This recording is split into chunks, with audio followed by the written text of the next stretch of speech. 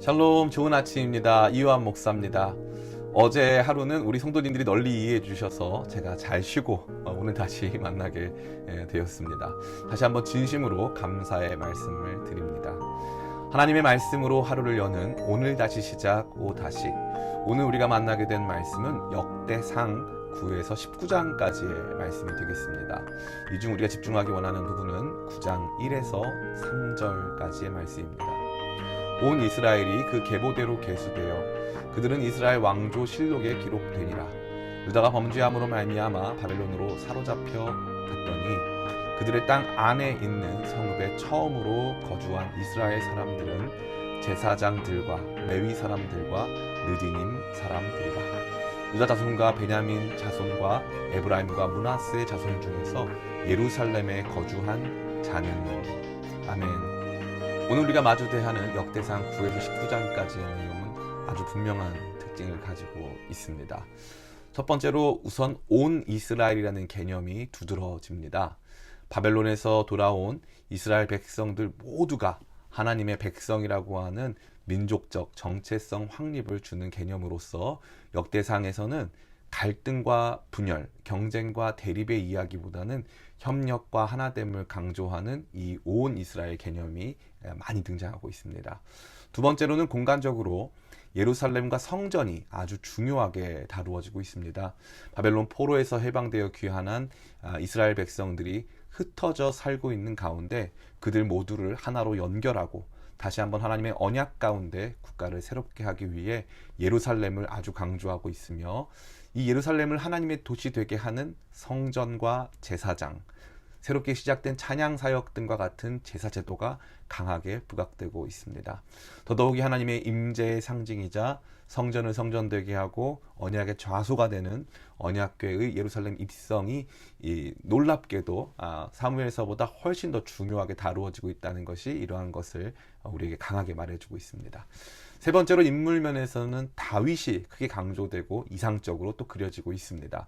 구약 역사에 있어서 최고봉에 해당하는 다윗의 통치를 기억하고 그 시절에 하나님을 진정으로 섬겨왔던 것을 근간으로 바벨론에서 돌아온 새로운 백성들이 국가 재건이라는 목표 아래서 분명한 롤모델을 가져야 되는 측면으로 다윗의 이야기가 제시되고 있는 것이죠.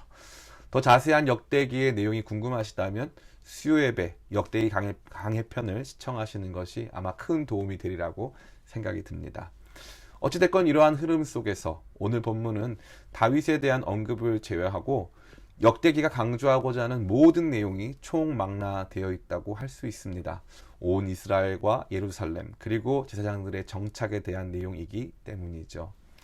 이 말씀이 오늘을 사는 우리에게 주는 메시지는 무엇일까요? 그것은 바로 진정한 회복은 본질을 회복하는 것이라는 사실입니다. 역대기의 기록은 사무엘서나 열왕기 기록과는 조금 다릅니다. 아마도 역대기를 저술한 사람들 안에서 이제 바벨론에서 귀환한 다음 세대에게 강조하고 싶은 역사적인 강조점이 조금은 다르지 않았나 생각이 드는데요. 그러한 강조점들, 즉 우리가 다 하나님의 백성이고 우리의 삶의 중심이 예루살렘과 성전, 그리고 그것에 또한 중심이 되는 하나님의 말씀과 언약궤가 있어야 하며, 그러한 모든 것들이 가장 아름다웠던 다윗의 통치와도 같은 시간이 다시 필요하다라는 강조점들은 오늘 처음 발견되는 것이 아닙니다. 도리어 실패한 하나의 이스라엘이 분명하게 붙잡지 못한 것들이지요.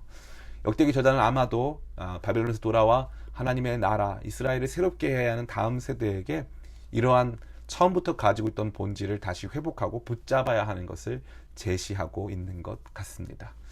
신앙생활이라는 것이 별다를 것이 없습니다.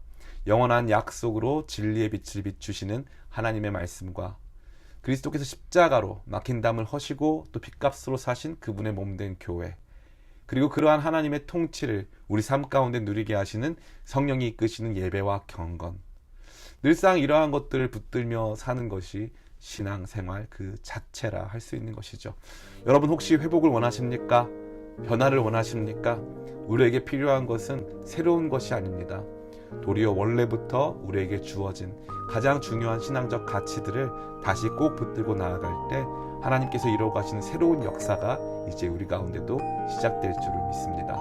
오늘도 우리의 마음의 결단을 새롭게 하며 주님께서 주시는 신앙의 본질을 굳게 붙드는 우리가 되기를 간절히 원합니다. 오늘 다시 시작, 다시